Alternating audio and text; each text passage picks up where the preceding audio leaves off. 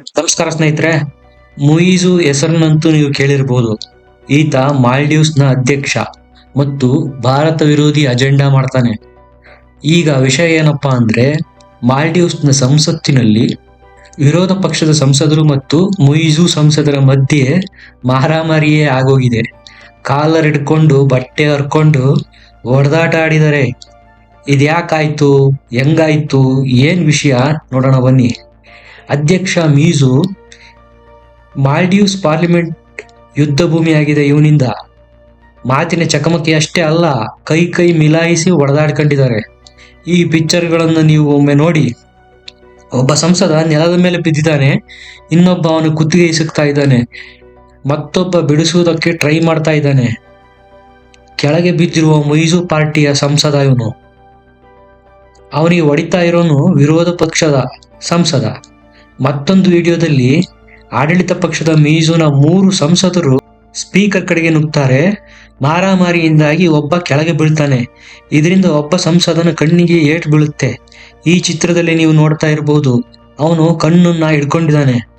ಇನ್ನ 3ನೇ ವಿಡಿಯೋದಲ್ಲಿ ಮುಯಿಜು ಪಾರ್ಟಿ 3 ಜನ ಸಂಸದರು ಸ್ಪೀಕರ್ ಸಭೆ ನಡೆಸುವುದನ್ನು ತಡೆಯೋದಕ್ಕೆ ಹೋಗ್ತಾರೆ. ಸ್ಪೀಕರ್ ಸೀಟ್ ಹತ್ರ ಹೋಗಿ ಕೂಗೋದು, ಶಿಳ್ಳೆ ಹಾಕೋದು ಮಾಡ್ತಾರೆ. ಇಲ್ಲಿ ಗಮನಿಸಬೇಕಾದ ವಿಷಯ ಏನಪ್ಪಾ ಅಂದ್ರೆ, ಸ್ಪೀಕರ್ ಮತ್ತು ಉಪ ಸ್ಪೀಕರ್ ಇಬ್ಬರೂ ಸಹ ವಿರೋಧ ಪಕ್ಷದವರು. ಇನ್ನೊಂದು ಕಡೆ ಸಂಸತ್ತಿನ ಕೆಲಸಗಾರ ಮೈಕ್ ಅನ್ನು ಮುಚ್ಚಿಡೋ ಕೆಲಸ ಮಾಡ್ತಾನೆ. ಇದರಿಂದ ಹಿಂಸೆನ ತಡಿಬಹುದು ಅನ್ನೋದು ಅವನ ಲೆಕ್ಕಾಚಾರ. ಎಲ್ಲಿ ಇವರೆಲ್ಲ ಮೈಕ್ನೇ ಕಿತ್ಕೊಂಡು ಹೊಡೆದಾಡಕ್ ಶುರು ಮಾಡ್ತಾರೋ ಅನ್ನೋ ಭಯ. ಇದರ ಫುಲ್ ಸ್ಟೋರಿ ಏನಪ್ಪಾ ಅಂದ್ರೆ, ಮುಯಿಜು ಕ್ಯಾಬಿನೆಟ್ ನ ಕೆಲವು ನಿರ್ಣಯಗಳಿಗೆ ಮಂಜೂರಿ ನೀಡಬೇಕು ಅಂತೇಳಿ ಸದನವನ್ನು ಕರೆಯಲಾಗಿತ್ತು. ಆದರೆ ಈ ಎಲ್ಲಾ ಮಂಜೂರಿಗೆ ವಿರೋಧ ವ್ಯಕ್ತಪಡಿಸಿರುವ ವಿರೋಧ ಪಕ್ಷ ಮುಯಿಜುನ ಸಂಸದರನ್ನು ಥಳಿಸಿದೆ. ಮುಯಿಜು ಕ್ಯಾಬಿನೆಟ್ ನ 4 ಮಂತ್ರಿಗಳ ಮೇಲೆ ಭ್ರಷ್ಟಾಚಾರದ ಆರೋಪ ಇದೆ, ಹಂಗಾಗಿ ಈ ಕ್ಯಾಬಿನೆಟ್ ನ ನಿರ್ಣಯಗಳಿಗೆ ಮಂಜೂರು ಮಾಡಲ್ಲ ಅನ್ನೋದು ಪ್ರತಿಪಕ್ಷ ಸಂಸದರ ವಾದ. ಇಲ್ಲಿ ಏನಾಗಿದೆಯಪ್ಪ ಅಂದ್ರೆ, ರಾಷ್ಟ್ರಪತಿ ಮುಯಿಜು ಸಂಸದರ ಸಂಖ್ಯೆ ಸದನದಲ್ಲಿ ಕಡಿಮೆ ಇದೆ. ಈಗೇನಾದ್ರೂ ವೋಟಿಂಗ್ಗೆ ಅವಕಾಶ ಮಾಡಿಕೊಟ್ರೆ ಮುಯಿಜು ಸೋಲೋದು ಗ್ಯಾರಂಟಿ. ಹಂಗಾಗಿ ಮುಯಿಜುನ ಸಂಸದರು ವೋಟಿಂಗ್ ಆಗದೇನೆ ಕ್ಯಾಬಿನೆಟ್ ನಿರ್ಣಯಕ್ಕೆ ಒಪ್ಪಿಗೆ ಪಡೆಯಬೇಕು ಅಂತ ಈ ಎಲ್ಲ ಡ್ರಾಮಾ ಮಾಡಿದ್ದಾರೆ ನೋಡಿ. ಈಗ ಸದ್ಯಕ್ಕೆ ಮಾಲ್ಡೀವ್ಸ್ ಸರ್ಕಾರ ಮತ್ತು ವಿಪಕ್ಷದ ನಡುವೆ ಭಾರತದ ಪರ ಮತ್ತು ವಿರೋಧಿಗಳ ಘರ್ಷಣೆ ಆಗ್ತಾ ಇದೆ. ಜನವರಿಯಲ್ಲಿ ಮುಯಿಜು ಸರ್ಕಾರದ 3 ಜನ ಮಂತ್ರಿಗಳು ಪ್ರಧಾನಿ ಮೋದಿ ವಿರುದ್ಧ ಆಕ್ಷೇಪಾರ್ಹ ಹೇಳಿಕೆಗಳನ್ನು ಕೊಟ್ಟಿದ್ರು. ಆಗ ಮಾಲ್ಡೀವ್ಸ್ನ ವಿರೋಧ ಪಕ್ಷಗಳು ಇದನ್ನು ವಿರೋಧ ಮಾಡಿದ್ವು. ಇದರಿಂದಾಗಿ ಮುಯಿಜು ಸರ್ಕಾರ ಆಕ್ಷೇಪಾರ್ಹ ಹೇಳಿಕೆಗಳನ್ನು ನೀಡಿದ್ದ 3 ಜನ ಮಂತ್ರಿಗಳನ್ನು ಸಸ್ಪೆಂಡ್ ಮಾಡಿತ್ತು. ಮಾಲ್ಡೀವ್ಸ್ನ ವಿಪಕ್ಷಗಳು ಇಷ್ಟಕ್ಕೆ ಸುಮ್ಮನಾಗದೆ ಭಾರತ ಸರ್ಕಾರಕ್ಕೆ ಬೇಷರತ್ತಾಗಿ ಕ್ಷಮೆ ಯಾಚಿಸಬೇಕು ಅಂತ ಮುಯಿಜು ಸರ್ಕಾರನ ಒತ್ತಾಯಿಸಿತ್ತು. ಮಾಲ್ಡೀವ್ಸ್ನಲ್ಲಿ ಕಳೆದ ವರ್ಷ ಅಧ್ಯಕ್ಷ ಪದಕ್ಕೆ ಚುನಾವಣೆ ಆಗಿತ್ತು. ಭಾರತ ವಿರೋಧಿ ಸಭೆಗಳನ್ನು ಮಾಡಿ ಬಾಯ್ಕಾಟ್ ಭಾರತ ಅನ್ನುವುದನ್ನು ಟ್ರೆಂಡ್ ಮಾಡಿ ಮುಯಿಜು ಅಧಿಕಾರಕ್ಕೆ ಬಂದಿದ್ದ. ಭಾರತೀಯ ಸೈನಿಕರು ಮಾಲ್ಡೀವ್ಸ್ ಅನ್ನು ತೊರೆಯಬೇಕು ಅಂತ ಹೇಳಿ 15 ಮಾರ್ಚ್ನ ಡೆಡ್ಲೈನ್ ಸಹ ನೀಡಿದ್ದ.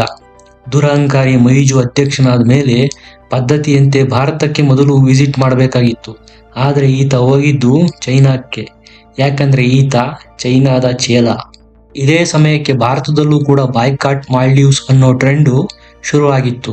ಮೋದಿ ಅವರು ಲಕ್ಷದ್ವೀಪಕ್ಕೆ ಭೇಟಿ ನೀಡಿದ ನಂತರ ಭಾರತದಿಂದ ಮಾಲ್ಡೀವ್ಸ್ಗೆ ಹೋಗುವ ಪ್ರವಾಸಿಗರ ಸಂಖ್ಯೆ ಗಣನೀಯವಾಗಿ ಕಡಿಮೆಯಾಗಿತ್ತು.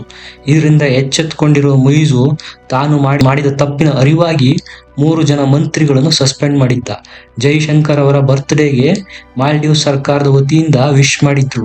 ಇತ್ತೀಚೆಗೆ ಗಣರಾಜ್ಯೋತ್ಸವದ ಶುಭಾಶಯಗಳನ್ನು ಸಹ ಮಾಲ್ಡೀವ್ಸ್ ಸರ್ಕಾರ ಭಾರತಕ್ಕೆ ಟ್ವೀಟ್ ಮಾಡುವುದರ ಮೂಲಕ ನೀಡಿತ್ತು. ಅಂದ್ರೆ ಮುಯಿಜುನ ಅಹಂಕಾರ ಅಷ್ಟರ ಮಟ್ಟಿಗೆ ಕಡಿಮೆಯಾಗಿತ್ತು. ಯಾಕಂದ್ರೆ ಮಾಲ್ಡೀವ್ಸ್ ನಡೆಯೋದೇ ಪ್ರವಾಸಿಗರ ಮೇಲೆ. ಸುಮಾರು 12 ಲಕ್ಷದಷ್ಟು ಪ್ರವಾಸಿಗರು ವರ್ಷಕ್ಕೂ ಮಾಲ್ಡೀವ್ಸ್ಗೆ ಭೇಟಿ ಕೊಡ್ತಾರೆ. ಅದರಲ್ಲಿ 2 ಲಕ್ಷದಷ್ಟು ಜನ ಭಾರತೀಯರೇ ಇದ್ದಾರೆ.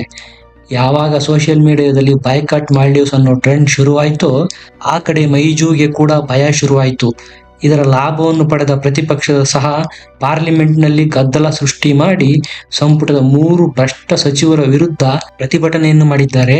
ಭಾರತಕ್ಕೆ ಕ್ಷಮೆಯಾಚಿಸಬೇಕು ಅಂತ ಒತ್ತಾಯ ಮಾಡಿದ್ದಾರೆ. ಧನ್ಯವಾದ. ವಿಡಿಯೋನ ಲೈಕ್ ಮಾಡಿ, ಶೇರ್ ಮಾಡಿ, ಸಬ್ಸ್ಕ್ರೈಬ್ ಮಾಡಿ.